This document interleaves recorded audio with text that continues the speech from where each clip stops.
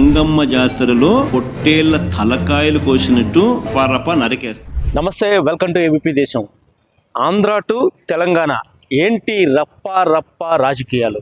ఇటీవల ఆంధ్రాలో మేము అధికారంలోకి వస్తే గంగమ్మ జాతరలో పొట్టేలు తలలు నరికినట్టుగా రప్ప నరుకుతామంటూ ఆంధ్రప్రదేశ్లో జగన్మోహన్ రెడ్డి పర్యటనతో మొదలైన వ్యాఖ్యలు తిరిగి తాజాగా ఈరోజు తెలంగాణలో పటాన్చెరు బీఆర్ఎస్ మహాధర్నాలో అదే ప్లక్కార్డులు బీఆర్ఎస్ పార్టీ కార్యకర్తలు ప్రదర్శించారు. పల్నాడు కానీ ఆ ప్రాంతాల్లో చూస్తే గతంలో జరిగే ఒకరిపై ఒకరు దాడులు కానీ, అధికార పార్టీ ప్రతిపక్ష పార్టీకి సంబంధించిన కార్యకర్తలు కానీ క్షేత్రస్థాయిలో గ్రామాల్లో ఎవరైతే ఆ పార్టీకి సంబంధించి ఉంటారో వాళ్ళ మీద దాడులు ఇవన్నీ కూడా గతంలో జరుగుతుండేవి. అవన్నీ కూడా తారాస్థాయికి వెళ్ళిపోయి ఇంకా పోలీస్ స్టేషన్కి వెళ్ళినా కానీ తమకు న్యాయం జరగదు, మా పార్టీ అధికారంలోకి వస్తే తప్ప మీ వేధింపుల నుంచి దాడుల నుంచి బయటపడలేము అని చెప్పి కూడా కార్యకర్తలు భావిస్తున్నారా, అందువల్లనే వాళ్ళు సహనం కోల్పోతున్నారా అనే ప్రశ్న కూడా ఈరోజు తలెత్తుతోంది. ఎందుకంటే ఏ పార్టీ అధికారంలో ఉన్నా చాలామంది నాయకులు అంటూ ఉంటారు, ఎన్నికల వరకే రాజకీయం, ఎన్నికల వరకే ఒకరిపై ఒకరు పోటీ, ఎన్నికలు ముగిసిన తర్వాత ప్రభుత్వం ఏర్పడ్డ తర్వాత అందరూ సమానమే అంటూ కూడా ప్రకటనలు చేస్తుంటారు. అందరూ నాయకత్వాలు కూడా చెప్తూ ఉంటారు. కానీ ఎప్పుడైతే అధికారం చేతిలోకి వచ్చిందో ఆ తర్వాత పరిస్థితులు మారిపోతున్నాయి.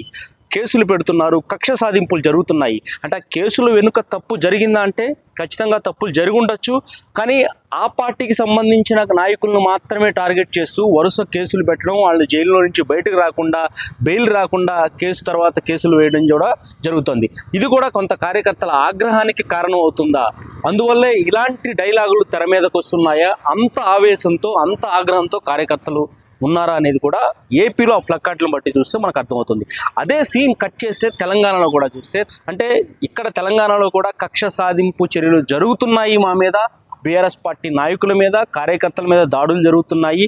అవి స్థానికంగా పోలీసులు చెప్పినా కానీ ఏమాత్రం కూడా పట్టించుకోవట్లేదు, న్యాయం జరగటం లేదని భావించి ఈ విధంగా రప్ప డైలాగులు తెర మీదకి వస్తున్నాయి అనేది కూడా ఆలోచించాల్సి వస్తుంది.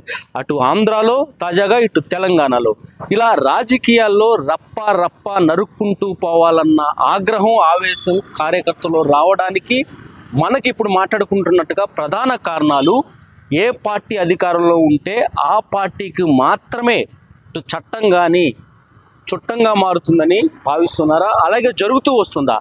అంటే కొంతవరకు పర్లేదు.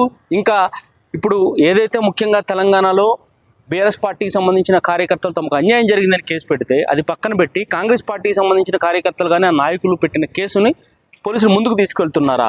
ఇలాంటి పరిస్థితులు జరగడం వల్ల చట్టం మీద నమ్మకం పోయి పూర్తి స్థాయిలో కార్యకర్త ఇలా అసహనానికి గురి కావాల్సిందనేది కూడా ఈ ఫ్లక్కార్డుల ఆధారంగా అర్థమవుతుంది.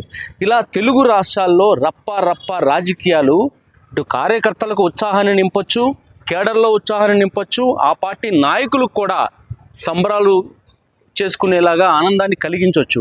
కానీ ఇదంతా గమనిస్తున్న ప్రజలకు మాత్రం ఏంటి రప్ప రాజకీయాలు అనేది కూడా కొంత అసహ్యాన్ని కలిగిస్తున్నాయి.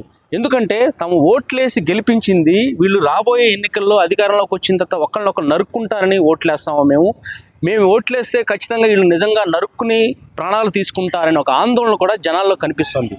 కాబట్టి ఏ పార్టీ నాయకులైనా ఇలాంటి డైలాగ్స్ని ఏదో సరదాగా కార్యకర్తల్లో ఉత్సాహం నింపడం కోసం దీన్ని ప్రోత్సహిస్తూ పోతే రాబోయే రోజుల్లో ఇది సీరియస్గా మారే అవకాశాలు ఉంది. ప్రాక్టికల్గా కూడా, అంటే ఇప్పుడు దాడులు జరగట్లేదంటే జరుగుతున్నాయి, ఇది శృతి మించే అవకాశాలు అయితే స్పష్టంగా కనిపిస్తున్నాయి.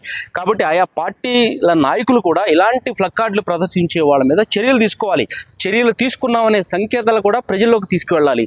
అంతేగాని మేము అధికారంలోకి వస్తే రప్ప నరుక్కుంటూ పోతున్నామంటే కేవలం ఇటు తెలంగాణలో బీఆర్ఎస్ పార్టీ కార్యకర్తలు మాత్రమే ఓట్లేస్తే ఆ పార్టీ అధికారంలోకి వస్తుందా? మరి జనాలందరూ ఓట్లేస్తారు కదా. మీ ఉద్దేశం నరకడం అయితే మిగతా జనాల ఉద్దేశం నరకడం కాదే. ప్రజాస్వామ్యబద్ధంగా పాలన చేయడం అనేది మిగతా జనాల ఉద్దేశం, ఓటర్ల ఉద్దేశం. అంతే ఏపీలో కూడా ఖచ్చితంగా కొంతమంది ఇలాంటి హింసా రాజకీయాల కోసం ఎదురు చూస్తుంటే మిగతా వాళ్ళు అలా చూడరు కదా. కాబట్టి ఎక్కడైతే స్పష్టంగా కార్యకర్తల ఆగ్రహానికి కారణాలు ఉన్నాయో ఆ కారణాలను అన్వేషించి అధికార పార్టీ కూడా క్షేత్రస్థాయిలో పరిస్థితులు ఎలా ఉన్నాయనేది పరిశీలించి నిజంగా తమ పార్టీ నుంచి ఆ స్థాయిలో ఎవరైతే ప్రతిపక్ష పార్టీకి సంబంధించిన కార్యకర్తల మీద దాడులు జరుగుతున్నాయా, హింస జరుగుతుందా, హత్యలు జరుగుతున్నాయని కూడా వాటిని అరికట్టాల్సిన అవసరం అయితే స్పష్టంగా కనిపిస్తుంది. ఇలా 2 తెలుగు రాష్ట్రాల్లో కూడా ఈ రప్పా రప్పా డైలాగులు రాజకీయానికి రాబోయే రోజుల్లో ఒక దిక్సూచిలా కనిపిస్తున్నాయి. రాజకీయాలు ఇలా ఉండబోతాయా అనే ఒక భయాన్ని కలిగిస్తున్నాయి.